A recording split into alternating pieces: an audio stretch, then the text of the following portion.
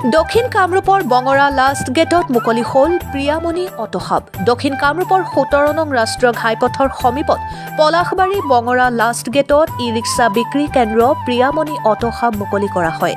তিনিগৰাকী উদীয়মান যুৱক ধৃতিস্মান মালি লব দাস আৰু দিগন্ত কলিতাৰ নেতৃত্বত উক্ত ই-ৰিক্সা কেন্দ্ৰটি মুকলি কৰা হয়। উক্ত কেন্দ্ৰটি ফিটাকাটি বিনাপানী জ্যোতিষ কাৰ্যালয়ৰ স্বত্বাধিকাৰী তথা সমাজ সেৱক অপূৰ্ব দেৱ শৰ্মাই মুকলি কৰে।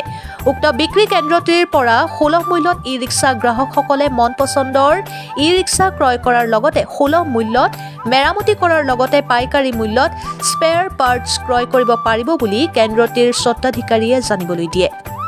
কেন্দ্ৰটিৰ মুকলি অনুষ্ঠানত বিশিষ্ট ব্যক্তি হিচাপে উপস্থিত থাকে অপূৰ্ব দেৱ শৰ্মা, কিশোৰ কাকতি, হৰেশ্বৰ বৈশ্য, জোন গোস্বামীৰ লগতে অন্যান্য গণ্যমান্য ব্যক্তিসকল। Bureau report, Arunodoi Assam.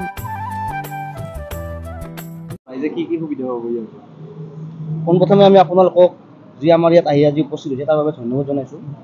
আমি প্ৰিয়ামণি অটো হাবখন পোনপ্ৰথমে আছিল আমাৰ এই সোণতলা বৰকুচি চকত। তাৰপিছত আমি বৰকুচি চকৰ পৰা আহি যিহেতুকে আমাক আৰু ডাঙৰ কৰিব বিচাৰি আছোঁ, আমি সৰুৰ পৰা আছিলোঁ, সৰু আছিল প্ৰথমে আমাৰ গেৰেজ আছিল। তাৰপিছত আমি লাহে লাহে ডিলাৰত আনিলোঁ। আনাৰ লগে লগে আমাক আৰু ৰুম লাগিল, ডাঙৰ ৰুম লাগিল। তাৰ বাবে আমি আজি যি বঙৰা আমাৰ লাষ্ট গেট আছে, লাষ্ট গেটৰ ওচৰত আমি যি পাকঘৰ ৰেষ্টুৰেণ্টখন আছে তাৰ ওচৰতে আমি আজি নতুনকৈ এটি শ্ব'ৰুম মুকলি কৰিছোঁ প্ৰিয়ামণি অটো হাব নামেৰে। আৰু এই প্ৰিয়ামণি অটো হাবত আপোনালোকে আহক আৰু অতি কম মূল্যত আমাৰ ইয়াত ই-ৰিক্সা ক্ৰয় কৰক আৰু লাভ কৰক। আমাৰ ইয়াত আকৰ্ষণীয় অফাৰ চলি আছে। বৰ্তমান যিসকলে আমাৰ ইয়াত গাড়ী ল'ব মাঘ বিহুলৈ আমাৰ ইয়াত আকৰ্ষণীয় অফাৰ উপহাৰ যি লাভ কৰিব, যিকোনো এটি উপহাৰ লাভ কৰিব আমাৰ ইয়াত। আপোনালোকে আহক আৰু আমাৰ ৰিক্সা ক্ৰয় কৰক। কি ছাৰ্ভিচ দিব? সম্পূৰ্ণ যিবিলাক ছাৰ্ভিচ আছে ৰিক্সাৰ সম্পূৰ্ণ ছাৰ্ভিচ আমাৰ ইয়াত পাব। আৰু যিবিলাক আহিব আজি যিবিলাকে আমাৰ ইয়াত কাম কৰিব আহিব তেখেতসকলক আমি গিয়াৰ অইল আজি ফ্ৰী দিম। আমাৰ ফালৰ পৰা গিয়াৰ অইল ফ্ৰী আছে। তেখেতসকলে আহক আমাৰ ইয়াত ছাৰ্ভিচিং কৰক। আজি ছাৰ্ভিচিং সম্পূৰ্ণ বিনামূলীয়া ছাৰ্ভিচিং আজি আমাৰ ইয়াত পাব, উপলব্ধ। গাড়ী নতুনকৈ ক্ৰয় কৰিব পাৰিব, ইয়াতে ৰিপেয়াৰিং কৰিব পাৰিব। হয়, গাড়ী নতুনকৈ ইয়াত ক্ৰয় কৰিব পাৰিব, ৰিপেয়াৰিং কৰিব পাৰিব। হোলচেল দামত আমাৰ পাৰ্টছ পাব, হোলচেল দামত। প্ৰিয়ামণি অটো হাবখনত আমাৰ তিতিস্মান আৰু নৱোদয় এহাত দুজনে মোক বহুত সহায় কৰিলে, তাৰ পৰা যথেষ্ট। আৰু এই প্ৰিয়ামণি অটো হাবখনত যেন চলাই নি আৰু ডাঙৰ কৰিব পাৰে ইহঁত দুজনে মিলি, মই সেইখিনিয়ে কামনা কৰিলোঁ। এতিয়া Priyamani auto hub, Priyamani auto hub এতিয়া কথাটোত ক'ব লাগিলে ই-ৰিক্সা ডিলাৰ বহুখিনি আছে, কিন্তু আপোনালোকে তেনে ক্ষেত্ৰত ৰাইজক সঁহাৰি কৰাৰ ক্ষেত্ৰত কেনেধৰণে আগবাঢ়িব বা কি কি? বহুত উন্নত আছে, বহুত উন্নত আছে, বহুতখিনি। কি বস্তু উপলব্ধ?